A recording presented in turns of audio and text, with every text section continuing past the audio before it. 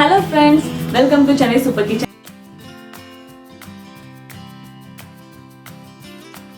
மறக்காம இந்த சேனலுக்கு லைக் பண்ணுங்க, ஷேர் பண்ணுங்க, சப்ஸ்கிரைப் பண்ணுங்க, மறக்காம பெல் பட்டனை கிளிக் பண்ணுங்க. இன்னைக்கு நம்ம எல்லாருக்குமே பிடிச்ச பாசிப்பருப்பு பாயாசம் எப்படி பண்றதுன்னு பார்க்க போறோம்.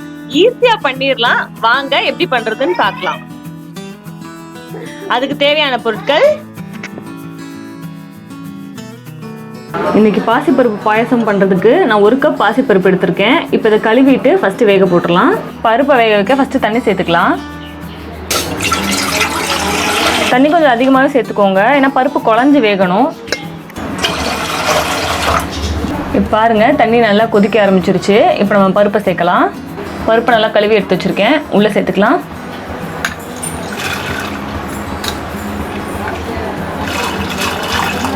இப்போ பாருங்க, பருப்பு நல்லா குழஞ்சி வெந்துருச்சு, நல்லா மசிஞ்சு வந்திருக்கு பாருங்க. இப்படி ஊற்றுற பதத்துக்கு இருக்கணும், அப்போதான் கடைசியாக பாயசம் குடிக்கிற பதத்துக்கு இருக்கும், இல்லாட்டினா ரொம்ப கெட்டியாயிரும்.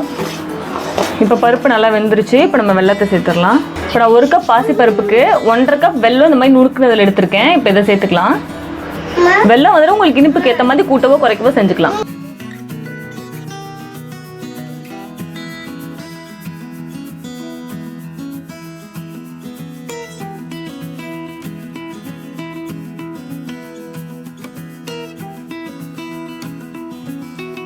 இப்போ பாயாசம் வேகிறதுக்குள்ள நம்ம முந்திரி பருப்பு எல்லாத்தையும் வறுத்து வச்சுக்கலாம். அதுக்கு 1 டேபிள் ஸ்பூன் நெய் ஊற்றிக்கிறேன். கொஞ்சம் தேங்காய் சில்ல சின்ன சின்னதாக நறுக்கி வச்சுருக்கேன். ஃபஸ்ட்டு இதை போட்டு வறுத்து எடுத்துக்கலாம். பாசிப்பருப்பு பாயாசத்துக்கு தேங்காய் சில் வறுத்து போடுறது தான் அதோட டேஸ்ட்டே.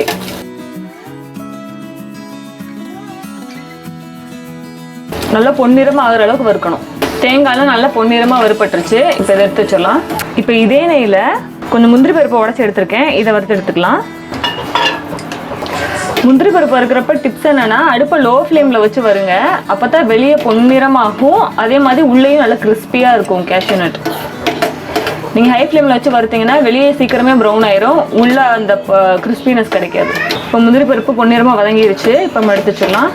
இப்போ இந்த நெய்யில் கொஞ்சம் கிஸ்மிஸ் பழம், அதாவது உலர்ந்த திராட்சை எடுத்திருக்கேன், இதை நம்ம உள்ளே போட்டுடலாம். திராட்சை சீக்கிரமே வறுபட்டுரும், இந்த மாதிரி பலூன் மாதிரி ஆகும். அப்படி வந்தோடனே நம்ம எடுத்து வச்சிடணும். பார்த்தீங்களா, பலூன் மாதிரி நல்லா உப்பி வந்துருச்சுல்ல. இப்போ நம்ம எடுத்து வச்சிடலாம். இப்போ பாருங்க, பாயாசம் நல்லா கொதிச்சு நல்லா திக்காயிருச்சு பாருங்க.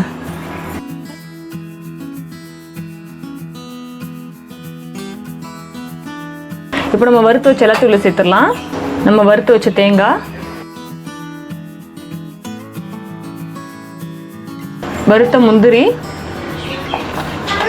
வறுத்த உலர் திராட்சை அந்த நெய்யோட அப்படியே சேர்த்துக்கோங்க.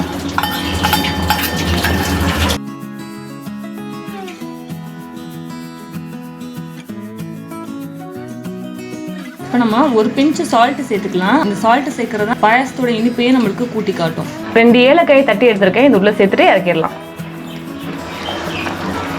நம்மளோட சூப்பரான பாசிப்பருப்பு பாயாசம் ரெடி.